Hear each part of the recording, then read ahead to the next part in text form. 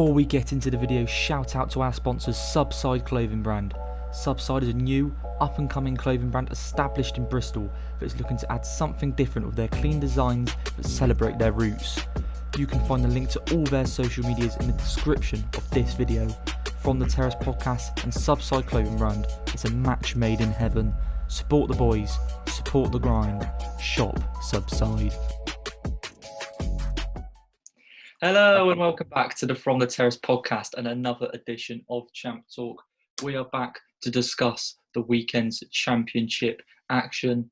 Regan, let's get straight into it. The big game at the top of the table, it was the Friday night clash. We spoke about it in our preview.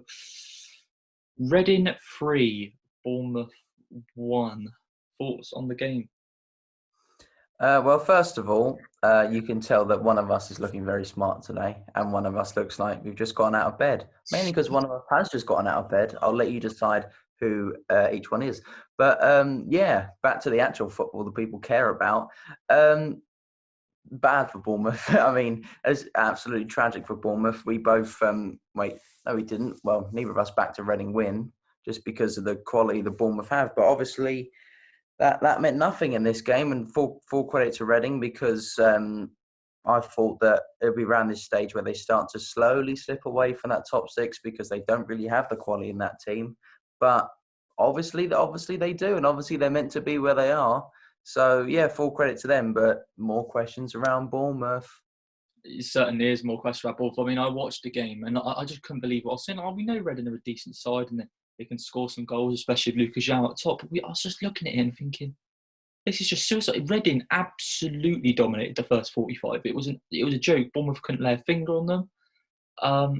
It was just really easy for Reading. I think of fair play to Reading. The manager said before the game it was their biggest game of the season. He was probably right, and they came out and performed. You can't take anything away from Reading, but Bournemouth were terrible. I predicted the game. I said that I think it'll be a draw just because I can't see Bournemouth's bad run going on too much longer. But I mean, it might just be. We're going to do a transfer window recap in the next couple of days at least. And I mean, their transfer window, they did bring in some decent players, but they've also let go of some experience. And I mean, their talisman in Josh King, who ended up having a very bad game. And I know Josh King hasn't played all the time this season, but you'd think if you need someone who's going to get you out of a mess like this, you need one of your better players to step up, and Josh King could have been that, and now he's gone. So they don't have that option anymore. And just, Bournemouth really looked poor. They didn't. The goals they gave away were cheap. There was rebounds, goals from corners, and Lucas João made the defence look silly. In terms of thoughts on Bournemouth, Regan, are we potentially seeing a team that could drop out the top six then? I mean, neither of us thought there was a chance of it, but I mean, there clearly is now. They're only 2 points clear of the next best placed team, and I'm sure we'll talk about that in the next couple of episodes because we think the next placed team have had a very good window, so it could be worrying times for Bournemouth. Yeah, definitely. I mean, that was the point I was going to raise, is that the two teams closest to them in Borough and Blackburn are on good runs at the moment. Well, Blackburn are, and Borough's attack is now completely different to what it was 24 hours ago, and that's quite a scary attacking line now. And especially if you're coached by Neil Warnock, that's a team you need to worry about. And I know Bournemouth have a game in hand, etc., and then the gap will be to 5 points, but that's still not a lot at all. Especially because how bad your run is at the moment, and even especially if you lose that game in hand, one loss, and if Bristol City, Blackburn, and Borough win, you're down to ninth. I mean, just like that, and a few more games after that, you could say goodbye to those playoff hopes because there'll be those results. Because if you lose the next one and Stoke and Preston and Barnsley win it, you're below them as well. So they need to get these results quick, or they might even end up at the bottom half of the table at this rate. And finally, before we move on, thoughts on Jonathan Woodgate's been announced as a first-team coach now at Bournemouth. Obviously managed Borough with some success, some not so much success there. What do you think the thinking is behind that decision? Do you think that's helped? Do you think he's going to be sort of a right-hand man to Jason Tindall? Because obviously both coaches who are inexperienced in terms of management, but both experienced in terms of game knowledge. Do you think What do you reckon the thinking is behind that? Do you reckon it's to help their defence, which has been leaking a few goals recently? I mean, that's the only thing I can think of is Jonathan Woodgate's a very solid defensive-minded coach, but once again, I don't think it's the right appointment for Bournemouth because you've got, like you said, you've got game experience, but I think they needed actual managerial experience or someone who's been around for a long time in an assistant manager type of role. And I don't think that's it because I think that's what's holding them back. They just need a bit of just leading experience, and once again, that's not really that. I mean, how many years did Woodgate have? Only like 2, 3. I don't even remember. Yeah, Well, it's so, I think it was 18 months, 2 years, maybe. well, exactly. I mean, that's even worse than I first thought. So yeah, for a team that's challenging up there, you need a lot of experience, and that's just not the right appointment for me. Yeah, and we'll move on now. We'll move on to next game, and it was a big scoreline, Regan. It was involving Brentford, and for 45 minutes, I was screaming at the TV, worried. And then the other 45, I laid back, put my feet up, had a sip on a cup of tea, and watched footballing miracles happen because Brentford won by 7-2 against Wycombe. And there's things we can take away from both sides. Obviously, you've got to give credit to Brentford for scoring that many goals and putting away Wycombe. But then you've got to look at Wycombe, and you can't be can you really be conceding that many goals competing in the Championship? I mean, we'll start off with Wycombe first, Regan. I mean, we've always said they're going to go down anyway, but we've always said about Wycombe, they keep themselves in games. It's just that they don't have really the attacking prowess to trouble teams too much.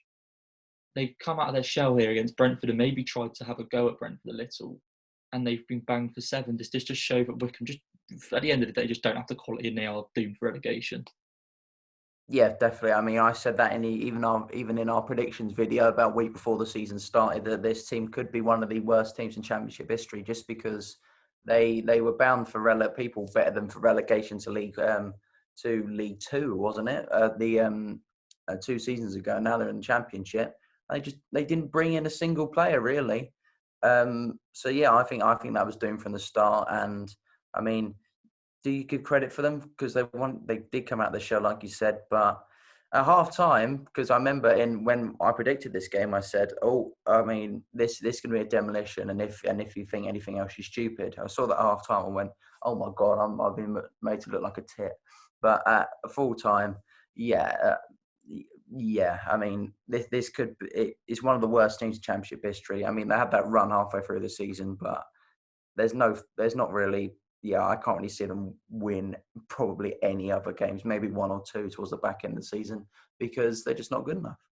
Yeah, I completely agree. They could certainly be the worst Championship team you've ever seen. And yeah, like you said, they weren't expected to come into this level. Everyone knew what Wycombe were going to give when they came, but it feels like even results like that, just are they going to be able to mentally recover from that? I know Gareth Ainsworth is a good manager, but that just seems like that is very demoralising for a team that was trying to pluck away and try and get. If you're hit for 7 and made to look silly like that, I think that is worrying for Wycombe. In terms of Brentford, I mean, without Brian Mbeumo, who suffered a knock against Swansea, I think he may be missing the game in the week as well. A very complete squad. Brentford couldn't even name a full substitutes bench, yet they come out and scored 7 goals. And I think the big thing for Brentford in that game is, yes, you're happy to see the likes of De Silva getting Mackham on the goals, Canos and Fosu, obviously, but Ivan Toney scoring a hat-trick. He obviously didn't score for, I believe, 5 or 6 games, and you were thinking if the goals are going to dry up there, the goals were just drying up for Brentford in general. Brentford were having the win games 1-0 and just hope they can hang on. If you're scoring 7, Ivan Toney's getting a hat-trick, that's surely only good signs for Brentford, isn't it? Yeah, definitely. I mean, I know it was only 2 to start off with. Then they looked into it, and it was an Ivan Toney hat trick. So I believe they took away one of Fosu's goals. So my apologies, I guess. But yeah, I mean, when you think of Brentford the past 2 seasons, you think of that out-and-out goal scorer up front like your Ollie Watkins and Ivan Toney towards the front end of this season. And there were, I mean, I was one that was thinking, oh, maybe he's lost that a little bit, and maybe that identity up front as that number 9 is kind of fading a little bit. But obviously not. Obviously, that was just a bit of dip in form that every player has from time to time.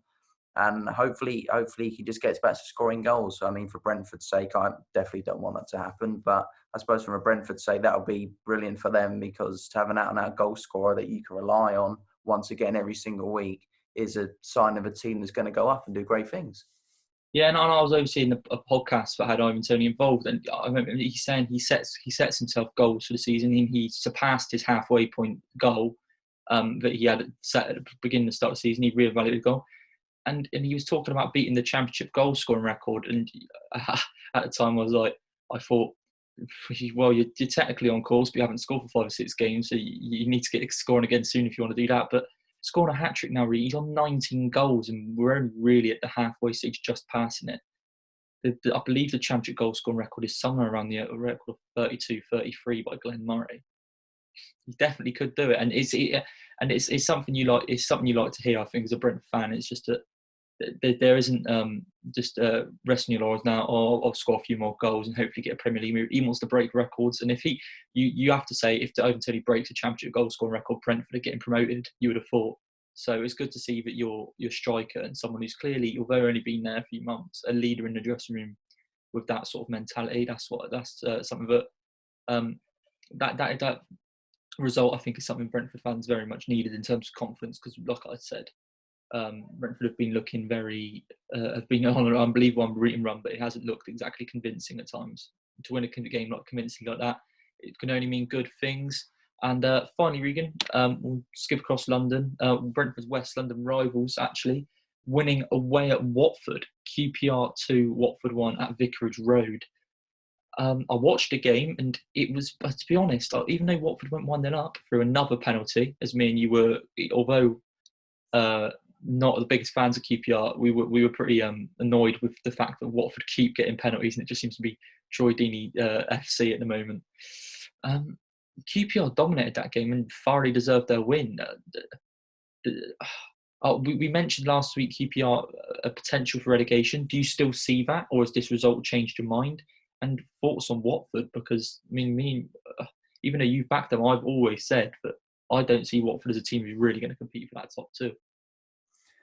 I mean, when we talked about the our tips for relegation, I actually said that I don't expect teams like I think I said QPR, Derby, and Nottingham Forest to not be around there, just because the impact Charlie Austin's had just in a few games he's back, it's almost like a completely different team, and there's an identity around QPR now. They've got their striker back again, and I didn't think one man could have such an impact on a team, but apparently they can. He's been nothing short of brilliant since he came back, and that's another goal for him. That's 50 for him already, and he's only played for a few seasons in QPR, including his time in the Premier League. So that's brilliant for them and brilliant for QPR.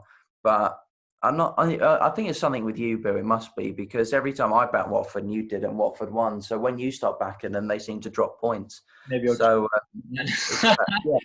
yeah, it's not good for me because I'm basically losing points in the predictions now. But I mean, it's also bad for Watford, because I said that this is a time where if they begin to drop points, it'll be interesting to see how they pick themselves up again. They drew their game beforehand and went, okay, this is a good point, and then apart from the penalty, didn't really look like a promotion winning team. So yeah, I mean, this is their first loss under the new manager. Wait for the next game, and if they don't win that, I can't remember. I know this is we must have missed something. There must have been a midweek game or something, because on the Sky commentary they said they'd only lost one under him before this, I believe. Was it it might be Man United in the Cup? No. Oh yeah, I might be referring to that. Anyway, like we said, they have been good under the new manager. Really, they have. Yeah. I mean, it's either their first loss or the second, and I think your point is very valid. It's but Watford have been a team who have been scoring that goal, usually a penalty, and you'd fancy them to hold on. That's what they've been. But is the worry that they're not scoring loads of goals here? Is that the worry? Like, you can't always hang on to a game, or can you? I mean, no. Well, No, no. that's a simple answer. Unless you're playing against like a team like Millwall or something like that, the answer is no, because there's every single team in the league wants to win the game. They're not just going to let you be. They're not going to let you score and be like, you know what? Yeah, we're done. No, no, thank you. They're always going to attack. And I think if you're going into games with that mentality, if you score first, you win. You're not setting yourself up for success. Mm. And in terms of the QPR side of things, you mentioned that you did think they would start to move away from relegation, but do you think the signs of Albert Adoma, Charlie Austin, these people were, because they've got, the QPR do have some young talented players. We know them as a team. We've got these young players, but obviously they're clearly inconsistent because they're down there for a reason, and they can pop the ball around nice. So saw George Thomas come on; he looked good. Ilias Chair is a good player. They were playing some nice. Rob Dickey at the back, but they've always had a week under the but Albert Adoma and Charlie Austin stepping up in a massive game. Watford haven't lost. I don't think had lost at home this season, or had the best. They had the best home record in the top four divisions of English football this season. I know that. And you go away, and Albert Adoma and Austin are ones to step up. Do you think those are the signings that are going to keep them away from the relegation zone then? Yeah, definitely, because like I just said, they really lack that identity up front. I mean, Lyndon Dykes, he scored a few penalties, and I think he scored one from open play in like the 18 games he played, which ain't going to do you well. Which is why they are where they are, because they had to rely on people like Chair and Asai Samuel to grab goals when they're not really known for it. So now to get two people who have the ability to take on goals themselves, create goals for themselves and one another.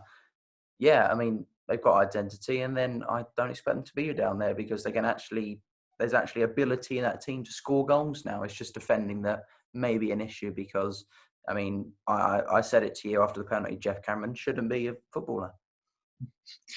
And I won't comment on that. Right, moving on away from the weekend's action and on to the predictions, Regan. How did we do? What's the scores looking like? Tied once again for this game week. I believe it was 4 apiece. If I can actually find it somewhere, that'd be great. Yes, there it is. Yeah, four apiece. 4 apiece. We both got Blackburn right, both got Brentford right, and both got. The insane logic is obviously just common sense between Huddersfield and Stoke because they couldn't beat each other. You got Derby over Bristol City. I don't know what I was thinking because Bristol City looked absolutely awful. And Swansea beat Rotherham, and I backed Swansea, and I mean they delivered, and hopefully that's a good sign of things to come for Swansea because they got back on track after the Brentford game. So yeah, 4-4 on the week, and the lead is still 15. It's now 120 to 135. Well, at least I didn't lose. Like, you've got to take the small victories at the moment. I have, haven't I? Anyway, we'll start predicting the midweek games. There is a smaller fixture list. I believe there's a lot of teams' games in hand. We have six games to preview this week, and then obviously move on to the weekend's action in the next episode. We have Millwall Norwich at the Den Regans, the first game, early kick-off tonight. What we're thinking that is it. Norwich obviously held in their last game 0-0, and Emi Buendia is suspended. He's suspended for 2 games actually because it's his second red card of the season, I believe.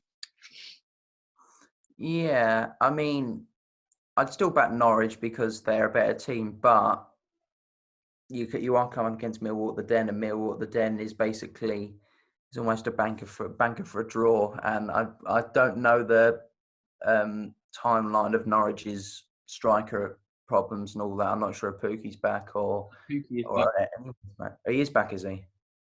Okay, Norwich. Okay. I mean, as much as I don't want Norwich to win, as I see them in our sights, Brentford aren't too far away. I think you are right. They didn't look great against Middlesbrough and actually failed to register a shot on target, from what I believe. But the miss of Buendia is big. I think they may struggle against Swansea on in next game week. So I think they'll know how important it is to get a win in this game. So I'm going to go for a Norwich 3 points. Bournemouth Sheffield Wednesday's the next one. This is surprisingly not as easy to call as what you'd first think, because Sheffield Wednesday did pretty well against Preston. I was pleasantly surprised about that. Bournemouth's first goal for 9 years. That's, Exactly. Is that a sign of things to come? He's going to score the next one in 9 years, or is he going to yeah, score another one this week? I don't he's know. still playing in 9 years. He might as well disband the championship, I think. He won't be here in 9 years.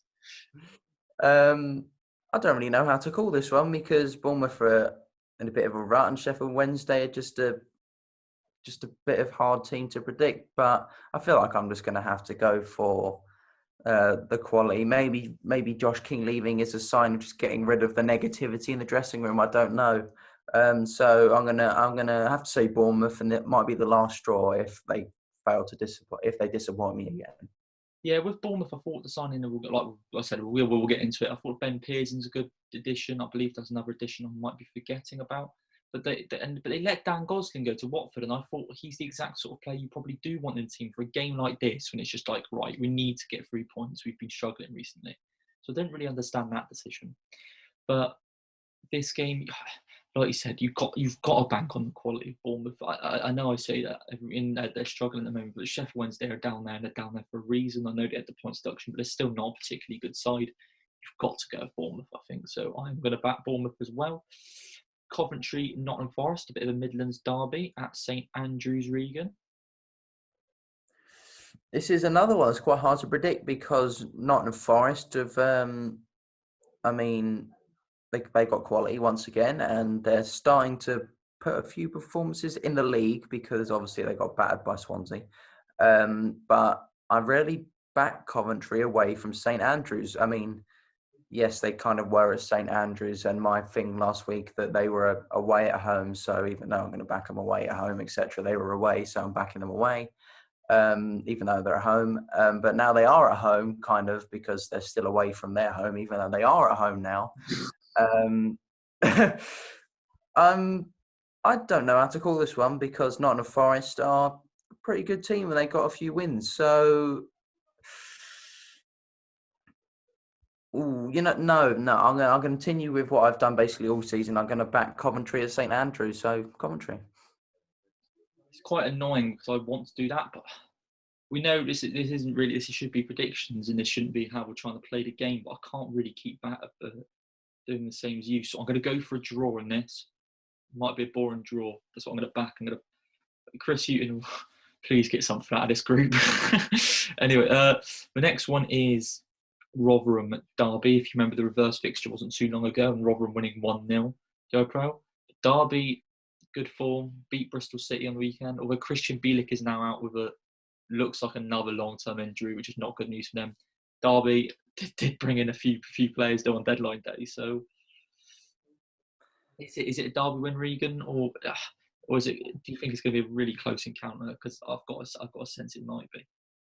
Yeah, I think it's been very close. I mean, it sounds weird to say, but Rotherham kind of take pluses away the fact they actually scored against Swansea. I mean, not many teams, unfortunately, can actually say that they did that this season, even though they did concede 3. And then they're on a kind of good run before that game, and Derby just are on a good run, just in general. So this one's actually quite hard to call.